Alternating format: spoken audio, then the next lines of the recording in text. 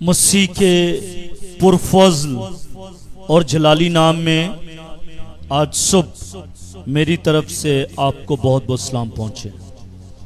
آمین. ہیلیلویا.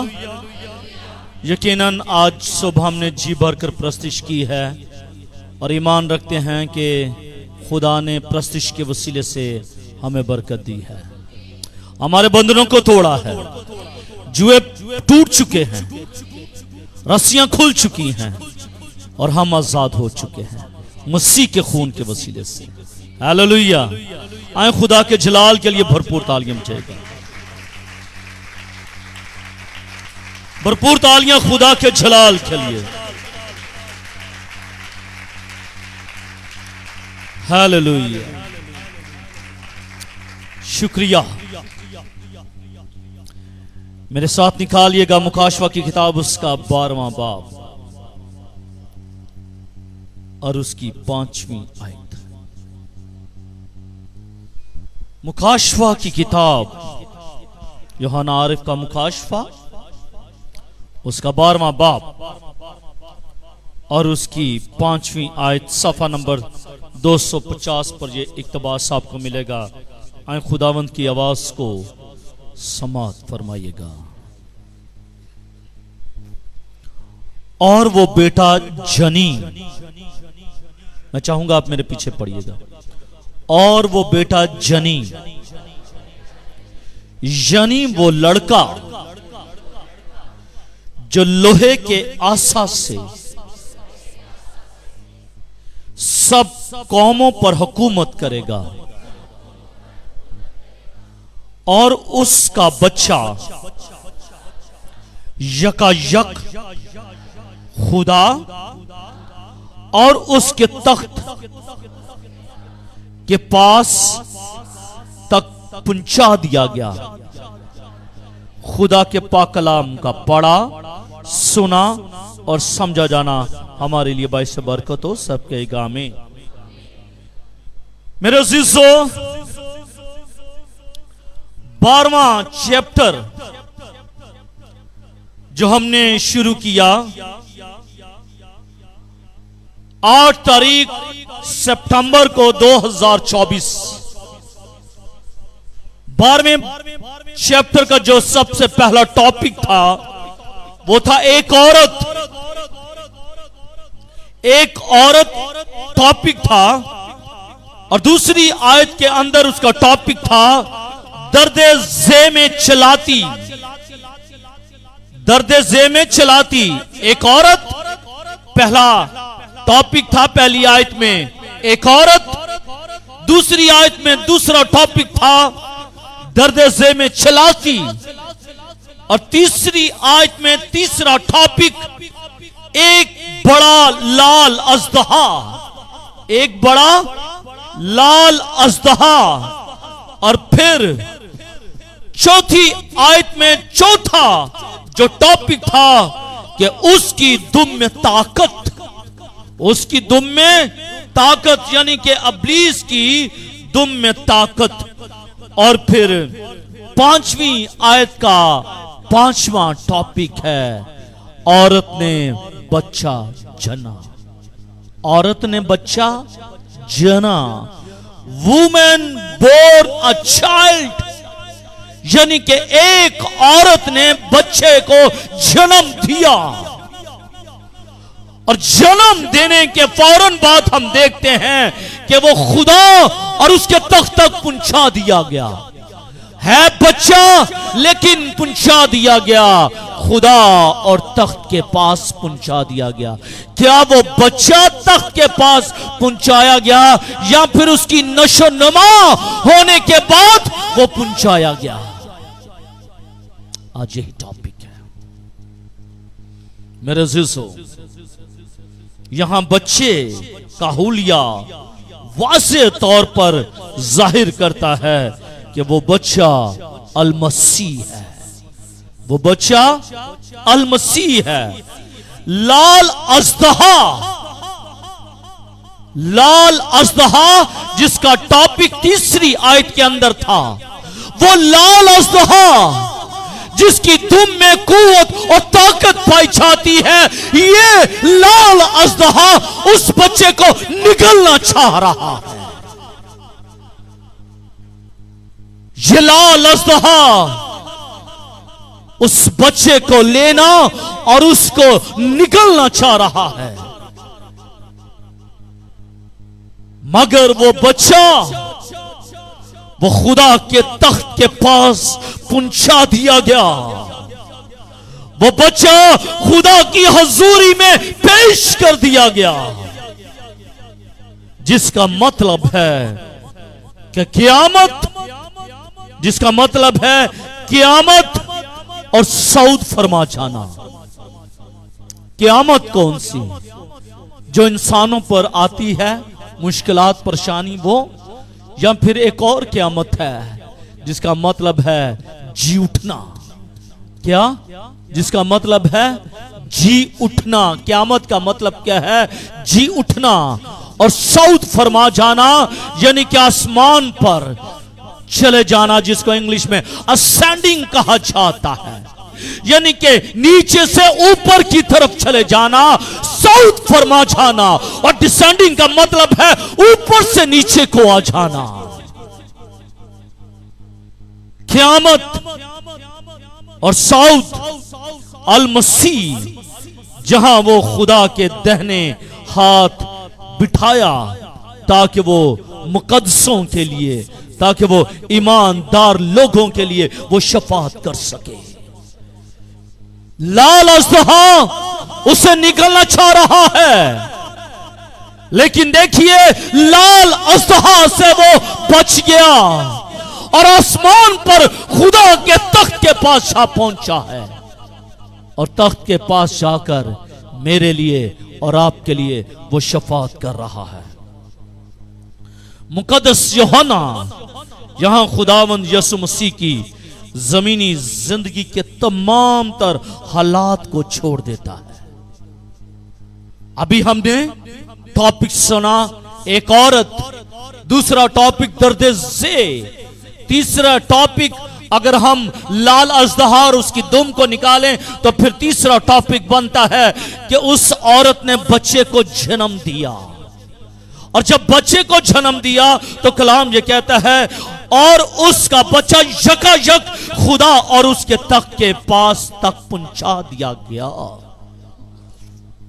یعنی کہ یہاں پر بچہ پیدا ہوا ہے اور یہاں پر بچہ تخت پر پہنچا دیا گیا ہے، خدا کے پاس پہنچا دیا گیا ہے۔ لیکن یہ ڈوریشن جو ہے، یہ جو فاصلہ ہے، 33.5 سالوں کا یہ فاصلہ ہے، اس کو یوحنا نے نظر انداز کیا، اس کو پیچھے اٹھا کر صرف اور صرف اس کی پیدائش اور اس کے صعود فرما جانے اور اس کی قیامت کا ذکر کرتا ہے۔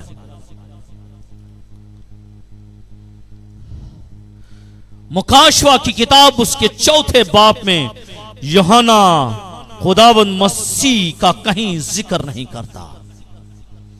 اگر ہم مکاشوہ کی کتاب کو پڑھ لیں تو مکاشوہ کی کتاب کے 4 باب میں ہمیں مسیح کا کہیں بھی ذکر نہیں ملتا، بلکہ جو مرکزی مضمون ہمیں ملتا ہے وہ ہے خدا کا تخت۔ خدا کا تخت ہے مرکزی مضمون۔ لیکن اگر ہم مکاشوہ کی کتاب اس کے 5ویں باب میں ہم دیکھیں تو یہاں پر جو مرکزی مضمون ہے، سینٹرل جو کریکٹر ہے، وہ یسوع مسیح ہے، وہ مسیح خداوند ہے جو سینٹرل کریکٹر ہے۔